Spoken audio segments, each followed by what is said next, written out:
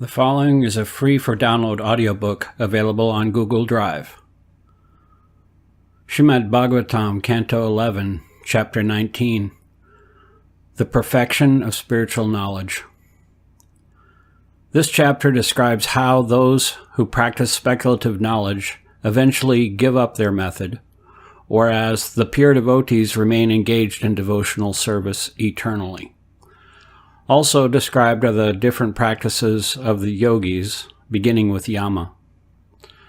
The Supreme Lord, Sri Krishna, stated to Uddhava, quote, "One who is actually wise, who knows the truth of the self and possesses transcendental insight, rejects this world of dualities and the so-called knowledge meant for facilitating enjoyment of it.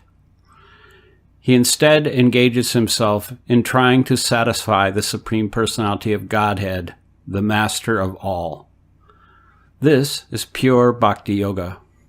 Transcendental knowledge is greater than such ordinary pious activities as chanting of mantras, but pure devotional service is greater than even knowledge." End quote. After this, Lord Krishna, requested by Sri Uddhava to describe in full detail pure transcendental knowledge and devotional service, related the same instructions that the greatest of Vaishnavas, Bhishmadev, gave on these topics to Sri Yudhisthira on the occasion of the battle at Kurukshetra. Following this, after being asked about yama and the other practices of yoga, the Lord enumerated the 12 kinds of yama, beginning with non-violence, and the 12 kinds of niyama, beginning with bodily cleanliness. Text 1. The Supreme Personality of Godhead said, "A self-realized person who has cultivated scriptural knowledge up to the point of enlightenment, and who is free from impersonal speculation, understanding the material universe to be simply illusion, should surrender unto me both that knowledge and the means by which he achieved it." Purport. Maya matram idam gyatva indicates knowledge that the eternal spirit soul and the eternal personality of Godhead are completely separate from the temporal qualities of the material world. The word Vidya Shruta Sampanna means that one should cultivate Vedic knowledge for the purpose of enlightenment and not to make show of mysticism, intellectuality, or impersonal speculation. Having neutralized the illusory effects of Maya, one should then transfer one's attention to the Supreme Personality of Godhead, surrendering the process of philosophical negation to the Lord himself. Srila Jiva Goswami gives the example that when there is danger, the king may issue weapons to private citizens, but after military victory, the individual citizens return the weapons to the king. Srila Vishwanath Chakravarti Thakur explains the point of this verse as follows. Somehow or other, the living entity has to free himself from material illusion, which has covered him since time immemorial. Cultivating desirelessness and renunciation by practice of the mystic yoga system, the living entity develops knowledge of illusion and may thus lift himself above the reach of material ignorance. However, once one is situated on the transcendental platform, both knowledge of illusion and the process of acquiring such knowledge have no further practical application. Srila Vishwanath Chakravarti Thakur gives the example that a man may be haunted by the ghost of a snake or a tiger. As long as the man is possessed and thinks, quote, "I am a snake," or "I'm a tiger," attempts will be made to counteract the ghostly influence by application of jewels, mantras, and herbs. But when the man is freed from possession by ghosts, he again thinks, quote, "I am Mr. So-and-so, the son of Mr. So-and-so," end quote, and returns to his original nature. At that time, the jewels, mantras, and herbs have no further immediate application. The word vidya in this verse thus indicates knowledge acquired through philosophical analysis, mystic yoga, austerities, and renunciation. Such knowledge of the temporary illusory nature of this world counteracts ignorance, and there are many Vedic scriptures that train the living entity in such knowledge. Gradually, one gives up his false identification with the material body and mind, and with those material objects that interact with the body and mind. Having realized such counteractive knowledge, one must engage in the loving service of the personality of Godhead and become a pure devotee. When one is completely perfect in Krishna consciousness, there is naturally little interest in the innumerable details of illusion, and gradually one is transferred to the spiritual world. Text 2. For learned, self-realized philosophers, I am the only object of worship, the desired goal of life, the means for achieving that goal, and the settled conclusion of all knowledge. Indeed, because I am the cause of their happiness and their freedom from unhappiness, such learned souls have no effective purpose or dear object in life except me. Purport. In the previous verse, Lord Krishna stated that one should immediately surrender unto him that knowledge by which the material world is seen as illusion. Material attachments are certainly problems for the living entities, since they are diseases of the spirit soul. One who has contracted a skin disease that causes terrible itching gains only flickering relief by scratching the unbearable sores. If he does not scratch, he suffers greatly, but by scratching, even though there is an instantaneous sensation of pleasure, unbearable misery follows as the itching increases. Real happiness is not found in scratching one's skin affections, but rather in becoming free from such disease. Conditioned souls are harassed by many illusory desires, and in desperation they try to gratify their senses through the hopeless scratching processes of illicit sex, meat-eating, gambling, and intoxication. They further try to gain relief through material society, friendship, and love, but the result is unbearable suffering. Real happiness is to eliminate completely the itching disease of material desire. Since material desire is a disease of the soul, one must acquire knowledge how to treat this disease and eliminate it. Such therapeutic knowledge is essential as long as one is diseased, but when one is fully healthy, such technical medical knowledge is no longer interesting to the healthy person, and he may leave such knowledge to the doctors. Similarly, in the advanced stage of Krishna consciousness, one need not think continually of one's personal problems, but may rather think of the Supreme Personality of Godhead, Lord Krishna, with love and devotion. Lord Krishna advises in the previous verse that one should eliminate one's personal problems through technical knowledge of illusion. After giving up such constant meditation on such problems, one can then become a lover of God. Lord Krishna certainly guides each and every sincere devotee internally within the heart and externally through the bona fide spiritual master. In this way, Lord Krishna gradually trains his sincere devotees to give up their irrational attachment to dead matter. Once freedom has been achieved, a devotee begins to seriously cultivate his relationship with Lord Krishna in the spiritual sky. One may falsely think that just as at a certain stage of advancement one ceases to concentrate on technical and analytic knowledge of illusion, so at another stage one may give up loving devotional service to Lord Krishna. To nullify such speculation, Lord Shri Krishna here states in various ways that he is the supreme eternal goal of all truly learned human beings.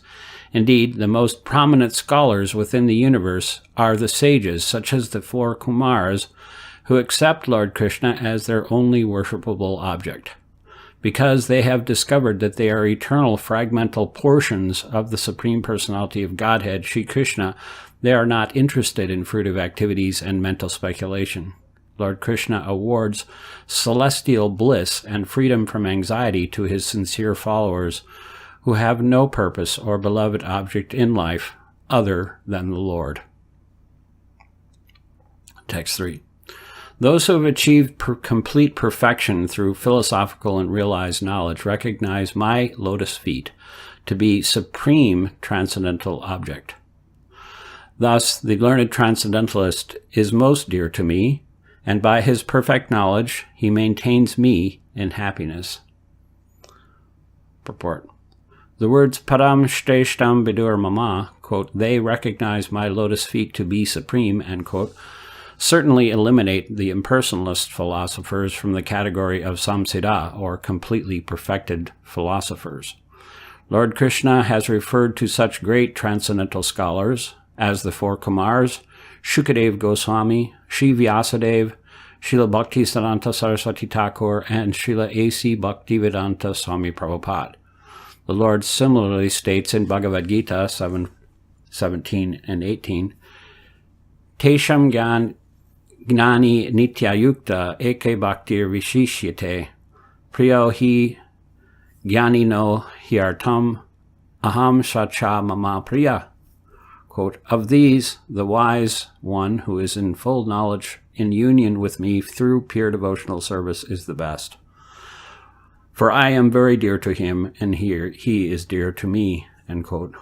Adara sarva evaite gyani tvat maiva me matam ashtita sahi yuktatma mam evanu tamam gatim. Quote, all these devotees are undoubtedly magnanimous souls, but he who is situated in knowledge of me, I consider verily to dwell in me.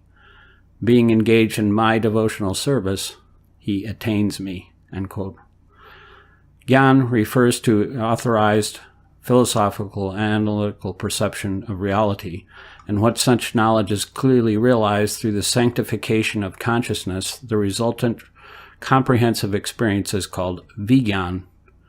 Speculative impersonal knowledge does not actually purify the heart of the living entity, but rather merges him in even ever deeper into forgetfulness of the Supreme Personality of Godhead.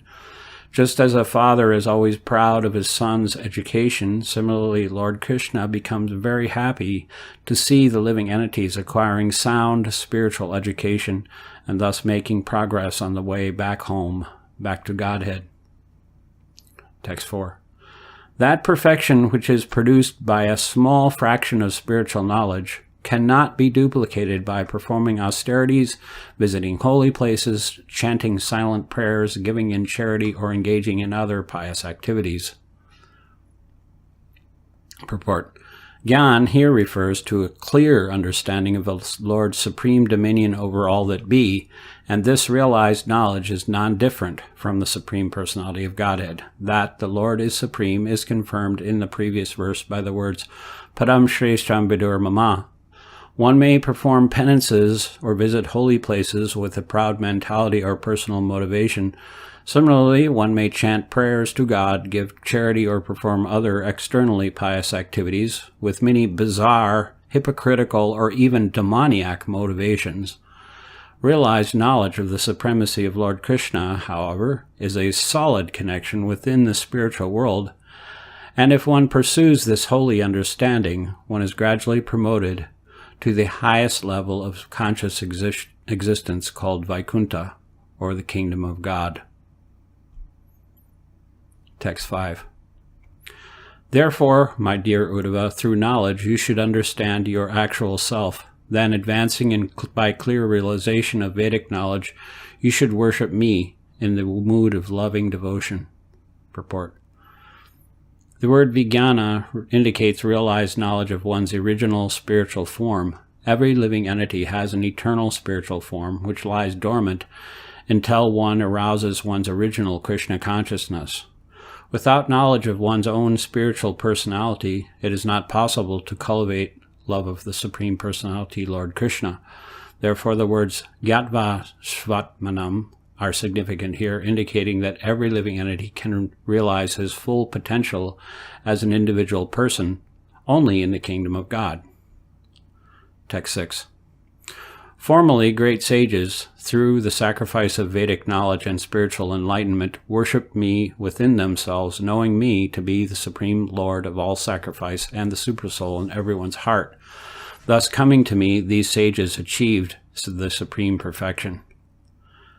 Text 7. My dear Uddhava, the material body and mind, composed of the three modes of material nature, attach themselves to you, but they are actually illusion, since they appear only at the present, having no original and ultimate existence. How is it possible, therefore, that the various stages of the body, namely birth, growth, reproduction, maintenance, dwindling, and death, can have any relation to your eternal self? These phases relate only to the material body, which previously did not exist and ultimately will not exist. The body exists merely at the present moment. Purport. The example is given that a man walking in the forest may see a rope, but consider it to be a snake. Such perception is Maya, or illusion, although the rope actually exists and the snake also exists in another place. Illusion thus refers to the false identification of one object with another. The material body exists briefly and then disappears. In the past, the body did not exist, and in the future, it will not exist. It enjoys a flickering momentary existence in so-called present time. If we falsely identify ourselves with the material body or mind, we are creating an illusion.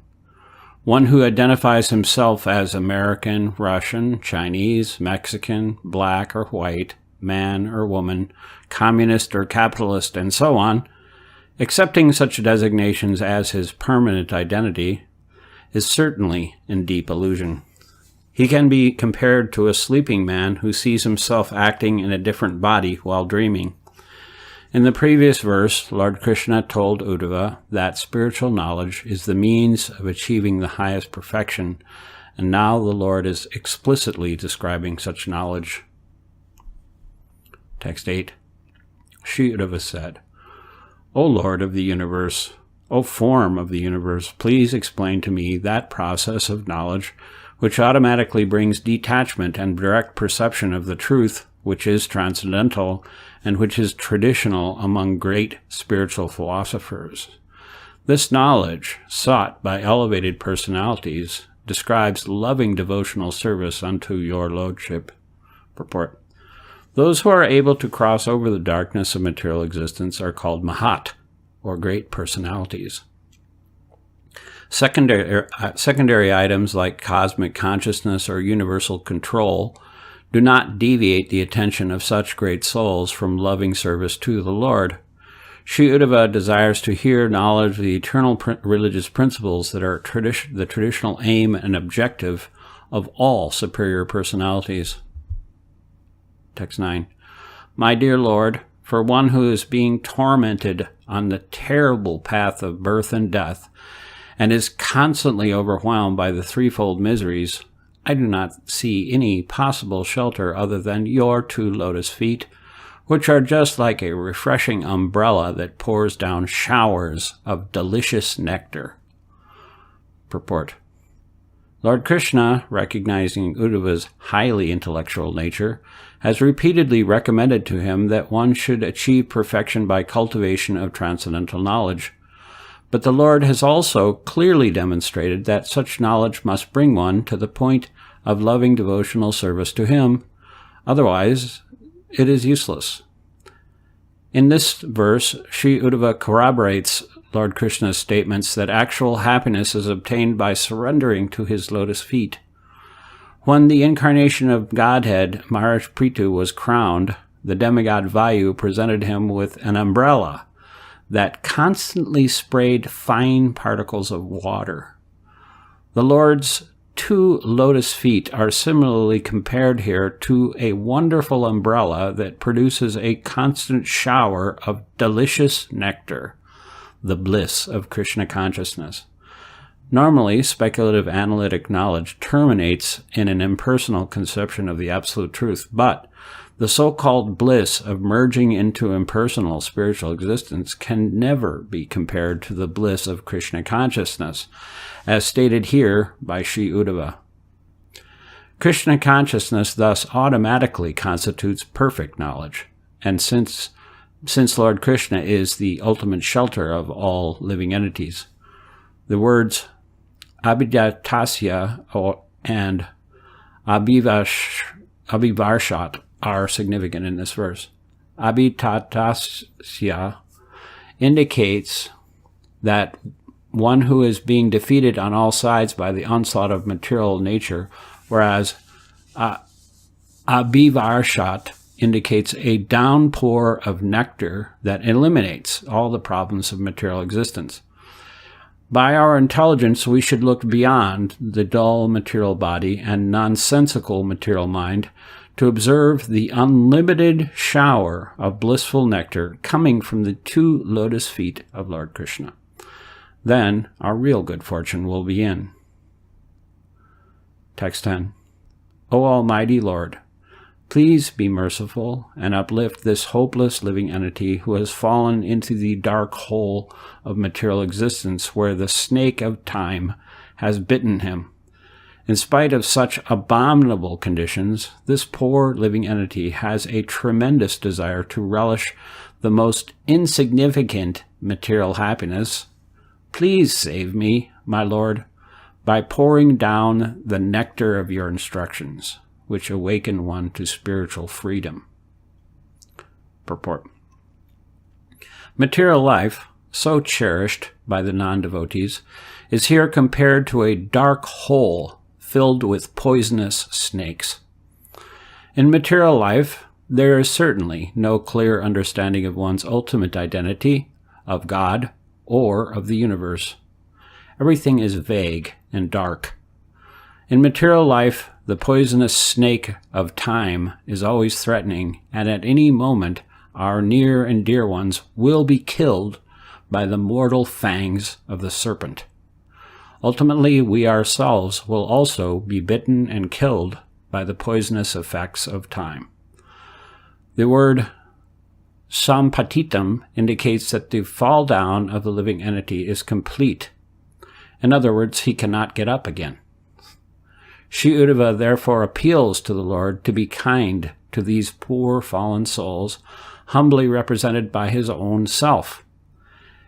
If one receives the Lord's mercy, then even without any further qualification, one can go back home, back to Godhead. And without the mercy of Lord Krishna, the most learned, austere, powerful, wealthy, or beautiful man will be pathetically crushed by the material world's machinery of illusion. The Supreme Personality of Godhead, as described here, as Mahanubhava, or the greatest, most powerful, and most merciful personality, whose influence extends everywhere. The Lord's mercy is manifest in the form of his nectarian instructions, such as Bhagavad Gita and the Uddhava Gita, being spoken here. The word Shudra Shukhoru Tarsham reveals the irony of material existence. Although material happiness is kshudra, or ridiculous and insignificant, our desire to enjoy it is uru, tremendous. Our disproportionate hankering to enjoy dead matter is certainly an illusory state of mind, and it gives us constant distress, keeping us bound up in the dark hole of material existence. Every living entity should put aside his false prestige based on ephemeral bodily qualifications and appeal sincerely to the Supreme Lord Krishna for his mercy. The Lord hears every sincere appeal from even the most fallen soul, and the effects of the Lord's mercy are wonderful. Although jnanis, yogis, and fruitive workers are laboriously endeavoring to achieve their respective goals, their position is precarious and uncertain. Simply by achieving the mercy of Lord Krishna, however, one can very easily attain the highest perfection of life. If even one who is not a great and pure devotee of Lord Krishna sincerely appeals to the Lord for his mercy, the Lord is sure to give it generously. Text 11. The Supreme Personality of Godhead said, "My dear Uddhava, just as you are now inquiring from me, similarly in the past, King Yudhishthira, who considered no one his enemy, inquired from the greatest of the upholders of religious principles, Bhishma, while all of us were carefully listening." Text 12. When the great battle of Kurukshetra had ended, King Yudhishthira was overwhelmed by the death of many beloved well-wishers, and thus, after listening to the instructions about many religious principles, he finally inquired about the path of liberation. Text 13. I will now speak unto you those religious principles of Vedic knowledge, detachment, self-realization, faith, and devotional service that were heard directly from the mouth of Bhishma Dev. Text 14. I personally approve of that knowledge by which one sees the combination of 9, 11, 5, and 3 elements in all living entities, and ultimately one element within those 28. Purport. The 9 elements are material nature, the living entity, the Mahatattva, false ego, and the 5 objects of sense perception, namely sound, touch, form, taste, and aroma.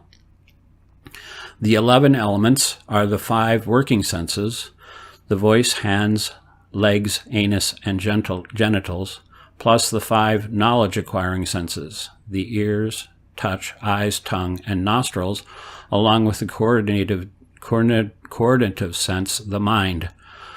The 5 elements are the 5 physical elements, namely earth, water, fire, air, and sky, and the 3 elements are the 3 modes of material nature, goodness, passion, and ignorance. All living entities, from mighty Lord Brahma down to an insignificant weed, manifest material bodies composed of these 28 elements. The one element within all 28 is the Supreme Personality of Godhead, the Supersoul, who is all-pervading within the material and spiritual worlds. One can easily understand that the material universe is composed of innumerable causes and effects. Since Lord Krishna is the cause of all causes, all secondary causes and their effects are ultimately non-different from the personality of Godhead. This understanding constitutes real knowledge, or Gyan, which is essential for perfecting one's life. Text 15. When one no longer sees the 28 separated material elements which arise from a single cause, but rather sees the cause itself, the personality of Godhead, at that time one's direct experience is called Vigyan, or self-realization. Purport. The difference between Gyan, ordinary Vedic knowledge, and Vigyan, self-realization, can be understood as follows. A conditioned soul, although cultivating Vedic knowledge, continues to identify himself to some extent with the material body and mind, and consequently with this material universe. In trying to understand the world he lives in, the conditioned soul learns through Vedic knowledge that the Supreme Personality of Godhead is the one supreme cause of all material manifestations. He comes to understand the world around him, and which he accepts more or less as his world. As he progresses in spiritual realization, breaking through the barrier of bodily identification, he realizes the existence of the eternal soul, and he gradually identifies himself as part and parcel of the spiritual world, Vaikuntha. At that time, he is no longer interested in the personality of Godhead merely as the supreme explanation of the material world. Rather, he begins to reorient his entire mode of consciousness so that the central object of his attention is the personality of Godhead. Such reorientation is required since the Supreme Lord is the factual center and cause of everything. The self-realized soul in the stage of Vigyan thus experiences the personality of Godhead not merely as the creator of the material world, but as the supreme living entity existing blissfully in his own eternal context. As one progresses in one's realization of the Supreme Lord in his own abode in the spiritual sky, one gradually becomes disinterested in the material universe and ceases to define the Supreme Lord in terms of his temporary manifestations. A self-realized soul in the stage of Vigyan is not at all attracted by objects that are created, maintained, and ultimately destroyed. The stage of Gyan is the preliminary stage of knowledge for those still identifying themselves in terms of the material universe, whereas Vijnan is the mature stage of knowledge for those who see themselves as part and parcel of the Supreme Lord. Text 16. Commencement, termination, and maintenance are the stages of material causation, that which consistently accompanies all these material phases from one creation to another and remains alone when all material phases are annihilated, is the one eternal. Purport. The Lord here reiterates that this one Supreme Personality of Godhead is the basis of unlimited material variety. Material variety is a chain of cause and effect relationships by which innumerable objects are produced. A particular material effect is converted into a subsequent cause, and when the causal phase is terminated, the effect disappears. Fire causes firewood to burn to ashes, and when the causal function of fire is finished, fire itself, which was the effect of a previous cause, is also terminated. The simple fact is that all material objects are created, maintained, and ultimately annihilated by the supreme potency of the Lord. And when the entire field of material cause and effect is withdrawn, so that all cause-effect relationships vanish, the Supreme Personality of Godhead remains in his own abode. Therefore, although innumerable objects may function as causes, they are not the ultimate or supreme cause. Only the personality of Godhead is the absolute cause. Similarly, although material things may exist, they do not always exist. The personality of Godhead alone has absolute existence. By the process of Gyan, or knowledge, one should understand the supreme position of the Lord. Text 17. From the four types of evidence, Vedic knowledge, direct experience, traditional wisdom, and logical induction, one can understand the temporary, insubstantial situation of the material world by which one becomes detached from the duality of this world. Purport. In the Shruti, or Vedic literature, it is clearly stated that everything emanates from the Absolute Truth, is maintained by the Absolute Truth, and at the end is conserved within the Absolute Truth. Similarly, by direct experience, we can observe the creation and destruction of great empires, cities, buildings, bodies, and so on. Furthermore, we find all around the world traditional wisdom warning people that things in this world cannot last. Finally, by logical induction, we can easily conclude that nothing in this world is permanent. Material sense gratification, up to the highest possible living standard found in the heavenly planets, or down to the lowest conditions in the most repugnant precincts of hell, is always unsteady and prone to collapse at any moment. One should therefore develop vairagya, detachment, as stated here. Another meaning of this verse is that the four types of evidence cited here are often mutually contradictory in their description of the highest truth. One should therefore be detached from the duality of mundane evidence, including the portions of the Vedas that deal with the material world. Instead, one should accept the Supreme Personality of Godhead as the actual authority. Both in Bhagavad Gita and here in Srimad Bhagavatam, Lord Krishna is personally speaking, and thus there is no need to enter into the bewildering network of competing systems of mundane logic. One can directly hear from the Absolute Truth himself and immediately acquire perfect knowledge. One thereby becomes detached from inferior systems of knowledge which cause one to hover on the material mental platform. Text 18. An intelligent person should see that any material activity is subject to constant transformation, and that even on the planet of Lord Brahma there is thus simply unhappiness. Indeed, a wise man can understand that just as all that he has seen is temporary, similarly, all things within the universe have a beginning and an end. Purport. The word adishtam indicates that the heavenly standard of life available in the higher planets within this universe. Such celestial neighborhoods are not actually experienced on the Earth planet, although they are described in the Vedic literatures.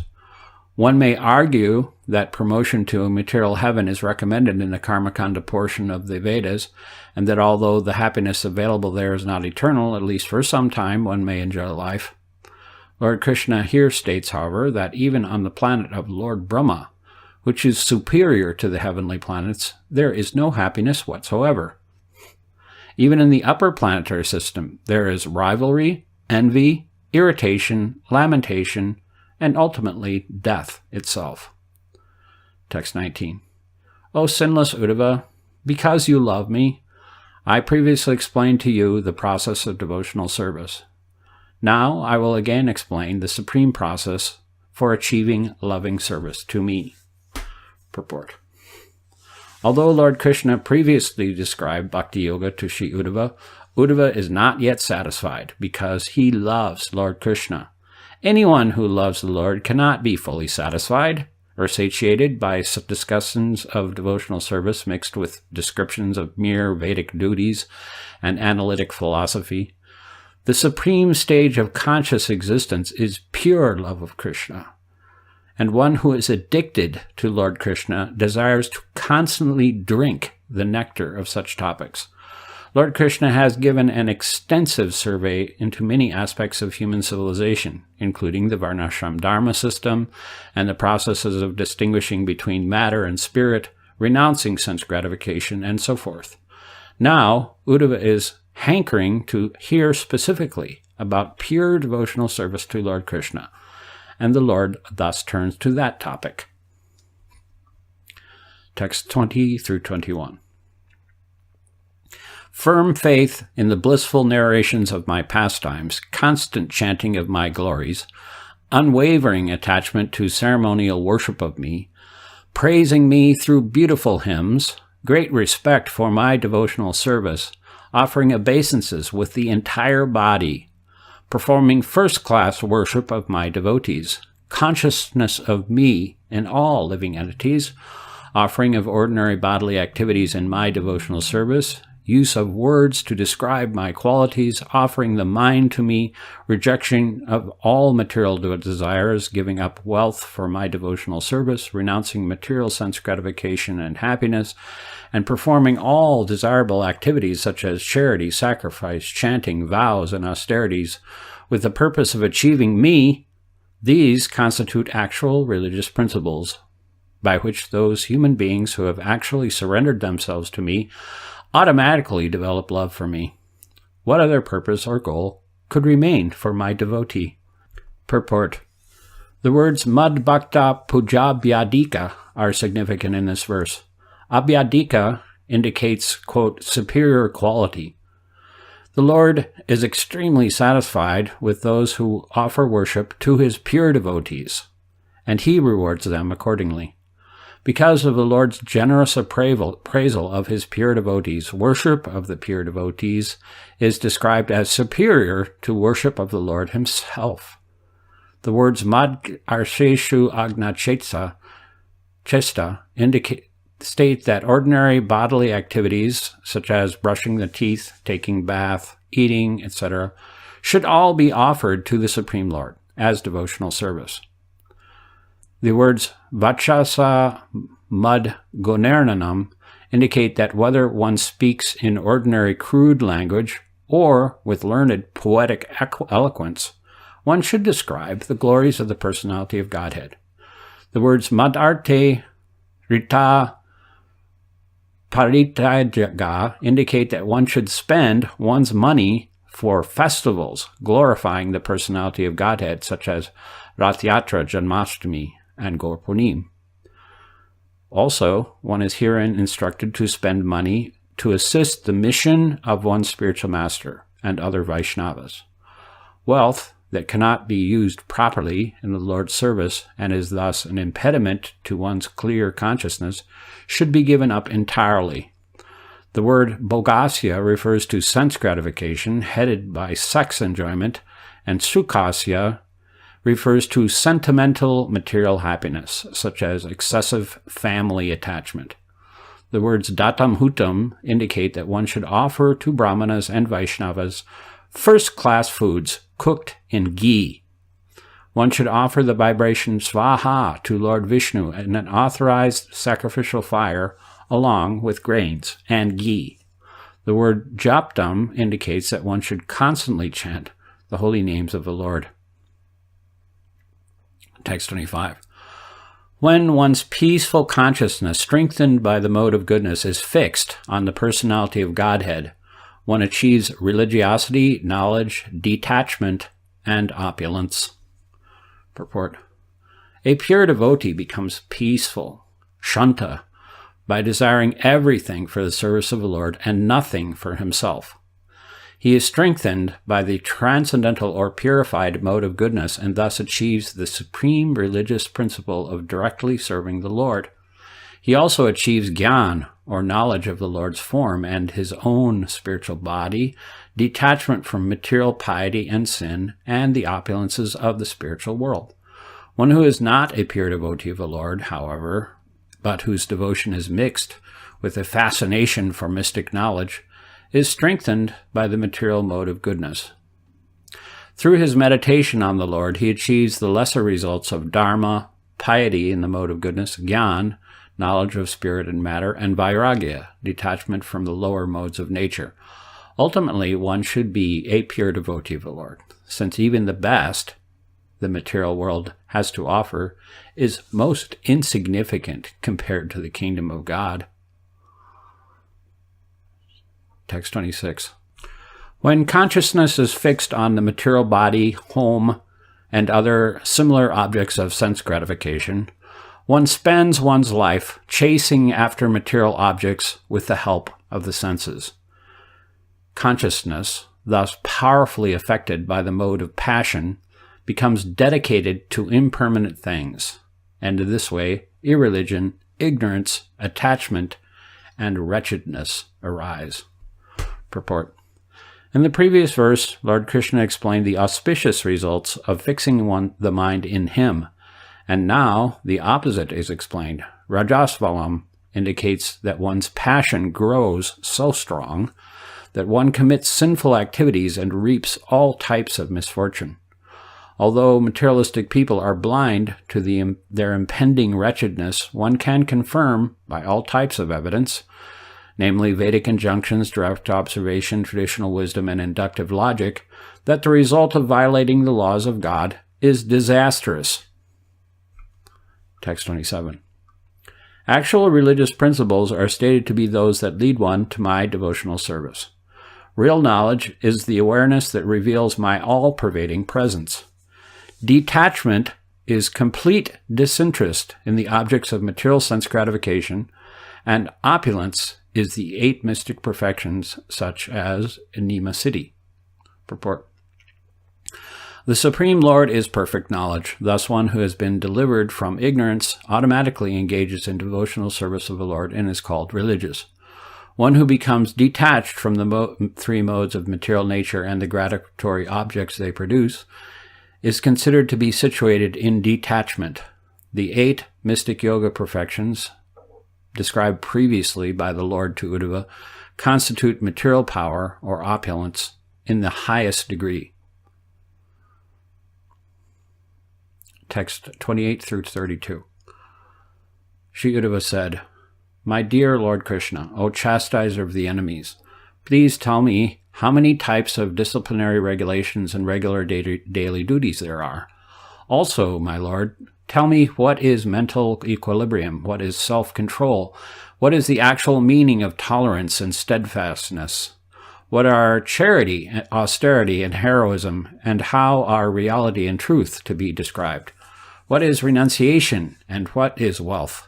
What is desirable, what is sacrifice, and what is religious remuneration? My dear Keshava, O most fortunate one, how am I to understand the strength, opulence, and profit of a particular person? What is the best education? What is actual humility? And what is real beauty? What are happiness and unhappiness? Who is learned and who is a fool? What are the true and false paths of life, and what are heaven and hell? Who indeed is a true friend, and what is one's real home? Who is a rich man, and who is a poor man? Who is wretched, and who is an actual controller? O Lord of the devotees, kindly explain these matters to me, along with their opposites. Purport. All of the items mentioned in these 5 verses are defined in different ways by different cultures and societies throughout the world. Therefore, Sri Uddhava is directly approaching the supreme authority, Lord Krishna, to obtain the standard definition for these universal aspects of civilized life. Text 33 through 35. The Supreme Personality of Godhead said, "Nonviolence, truthfulness, not coveting or stealing the property of others, detachment, humility, freedom from possessiveness, trust in the principles of religion, celibacy, silence, steadiness, forgiveness, and fearlessness are the 12 primary disciplinary principles. Internal cleanliness, external cleanliness, chanting of the holy names of the Lord, austerity, sacrifice, faith, hospitality, worship of me, visiting holy places, acting and desiring only for the supreme interest, satisfaction and service to the spiritual master are the 12 elements of regular prescribed duties. These 24 elements bestow all desired benedictions upon those persons who devotedly cultivate them." Text 36 through 39. Absorbing the intelligence in me constitutes mental equilibrium, and complete discipline of the senses is self-control. Tolerance means patiently enduring unhappiness, and steadfastness occurs when one conquers the tongue and genitals. The greatest charity is to give up all aggression toward others, and renunciation of lust is understood to be real austerity. Real heroism is to conquer one's natural tendency to enjoy material life, and reality is seeing the Supreme Personality of Godhead everywhere. Truthfulness means to speak the truth in a pleasing way, as declared by great sages. Cleanliness is detachment in fruitive activities, whereas renunciation is the sannyas order of life.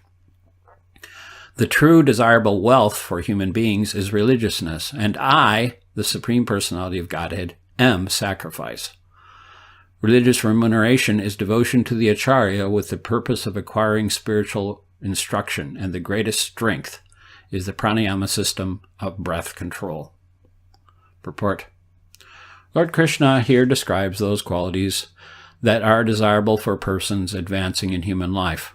Quote, shama, or mental equilibrium, end quote, means to fix the intelligence in Lord Krishna. Mere peacefulness without Krishna consciousness is a dull and useless state of mind. Dhamma, or, quote, discipline, end quote, means first to control one's own senses. If one wants to discipline one's children, disciples, or followers without controlling one's senses, one becomes a mere laughingstock. Tolerance means to patiently endure unhappiness, such as that provoked by the insults or negligence of others.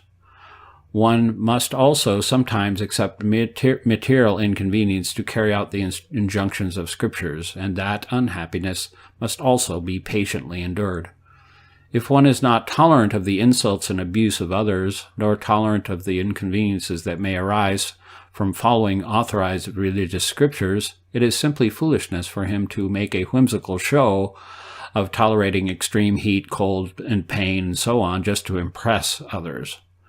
Concerning steadfastness, if one does not control the tongue and genitals, then any other steadfastness is useless. Real charity means to renounce all aggression toward others. If one gives money to charitable causes, but at the same time engages in exploitive business enterprises or abusive political tactics, one's charity is worth nothing at all. Austerity means to give up lust and sense gratification and to observe prescribed vows such as Ekadasi. It does not mean inventing whimsical methods of torturing the material body. Real heroism is to conquer one's lower nature. Certainly everyone likes to propagate his own fame as a brilliant person, but everyone is also subject to lust, anger, greed, and so forth. Therefore, if one can conquer these lower characteristics generated from the modes of passion and ignorance, one is a greater hero than those who merely destroy their political opponents through intrigue and violence. One can develop equal vision by giving up jealousy and envy, and by recognizing the existence of the soul within every material body. This attitude pleases the Supreme Lord, who then reveals himself, solidifying forever one's equal vision. Merely describing things that exist does not constitute the last word in the perception of reality.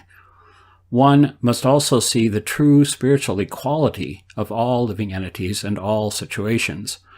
Truthfulness means that one should speak in a pleasing way so that there will be a beneficial effect.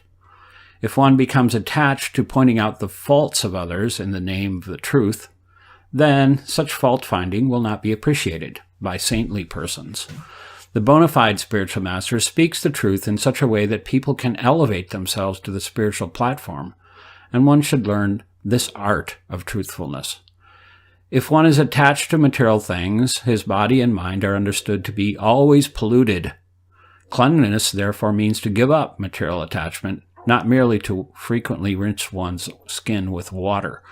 Real renunciation is giving up one's false sense of proprietorship over one's relatives and wife, and not just giving away material objects. Well, real wealth is to be religious. Sacrifice is the Supreme Personality of Godhead himself, because the performer of sacrifice, to be successful, must absorb his consciousness in the personality of Godhead and not in temporary material rewards that may accrue from sacrifice. Real religious remuneration means that one should serve saintly persons who can enlighten one with spiritual knowledge. One may offer remuneration to his spiritual master who has enlightened him by distributing the same knowledge to others, thereby pleasing the Acharya. Preaching work thus constitutes the highest form of remuneration. By performing the pranayama system of respiratory control, one can easily subdue the mind, and one who can in this way perfectly control the restless mind is the most powerful person. Text 40 through 45. Actual opulence is my own nature as the personality of Godhead, through which I exhibit the 6 unlimited opulences. The supreme gain in life is devotional service to me, and actual education is nullifying the false perception of duality within the soul. Real modesty is to be disgusted with improper activities, and beauty is to possess good qualities, such as detachment. Real happiness is to transcend material happiness and unhappiness, and real misery is to be implicated in searching for sex pleasure. A wise man is one who knows the process of freedom from bondage, and a fool is one who identifies with his material body and mind. The real path in life is that which leads to me, and the wrong path is sense gratification, by which consciousness is bewildered. Actual heaven is the predominance of the mode of goodness, whereas hell is the predominance of ignorance. I am everyone's true friend, acting as the spiritual master of the entire universe, and one's home is the human body. My dear friend Uddhava, one who is enriched with good qualities is actually said to be rich, and one who is unsatisfied in life is actually poor. A wretched person is one who cannot control his senses, whereas one who is not attached to sense gratification is a real controller. One who attaches himself to sense gratification is the opposite, a slave. Thus, Uddhava, I have elucidated all of the matters about which you inquired. There is no need for a more elaborate description of these good and bad qualities, since to constantly see good and bad is itself a bad quality. The best quality is to transcend material good and evil. Purport. The Supreme Personality of Godhead is naturally full of 6 opulences, namely unlimited beauty, wealth, fame, knowledge, strength, and renunciation. Therefore, the greatest profit in life is to achieve personal, loving service to the Lord, who is naturally the reservoir of all pleasure. Real education means to give up the false idea that anything is separate from the Lord, the source of all potencies. Similarly, one should not falsely consider the individual soul to be different or separate from the Supreme Soul. Mere bashfulness does not constitute modesty. One should spontaneously withdraw in disgust from sinful activities. Then one is actually humble or modest. One who is satisfied in Krishna consciousness and thus does not seek material pleasure or suffer material unhappiness is considered to be actually situated in happiness. The most wretched person is one addicted to sex pleasure, and a wise man is one who knows the process of freedom from such material bondage. A fool is one who gives up his eternal friendship with Lord Krishna and instead identifies himself with his own temporary material body, mind, society, community, and family. Real path of life is not simply a modern interstate highway, or in more simple cultures, a footpath free of thorns and mud. It is the path that leads to Lord Krishna. The wrong path in life is not simply a road having many thieves or toll booths. It is a path that leads one to utter confusion in material sense gratification. A heavenly situation is that in which the mode of goodness predominates rather than that found in the planet of Indra, where passion and ignorance sometimes disturb the celestial atmosphere. Hell is anywhere the mode of ignorance is predominant, and not merely the hellish planets where, according to Lord Shiva, a pure devotee can think of Krishna and remain happy. Our actual friend in life is the bona fide spiritual master who saves us from all dangers. Among all gurus, Lord Krishna is himself the Jagat Guru, or the spiritual master of the entire universe. In material life, our own material body is our immediate home, rather than some structure of bricks, cement, stone, or wood. A rich man is one who possesses innumerable good qualities. He is not a neurotic fool with a large bank account. A poor man is one who is unsatisfied, which is self-explanatory. One who cannot control his senses is certainly wretched and miserable in life, whereas one who detaches himself from material life is actually a lord or controller. In modern times, there are remnants of aristocracy in Europe and in other countries, but such so-called lords often display the habits of lower forms of life. A real lord is one who conquers material existence by rising to the spiritual platform. A person who is attached to material life will undoubtedly manifest the opposites of all the good qualities mentioned here, and he is thus the symbol of going backward in life. The Lord concludes his analysis by stating that there is no need for further elaboration of these good and bad qualities.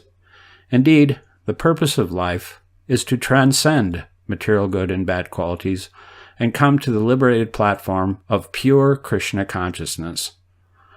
This point will be further explained in the following chapter. Thus end the purports of the humble servants of His Divine Grace A.C. Bhaktivedanta Swami Prabhupada to the 11th canto, 19th chapter of the Srimad Bhagavatam, entitled The Perfection of Spiritual Knowledge.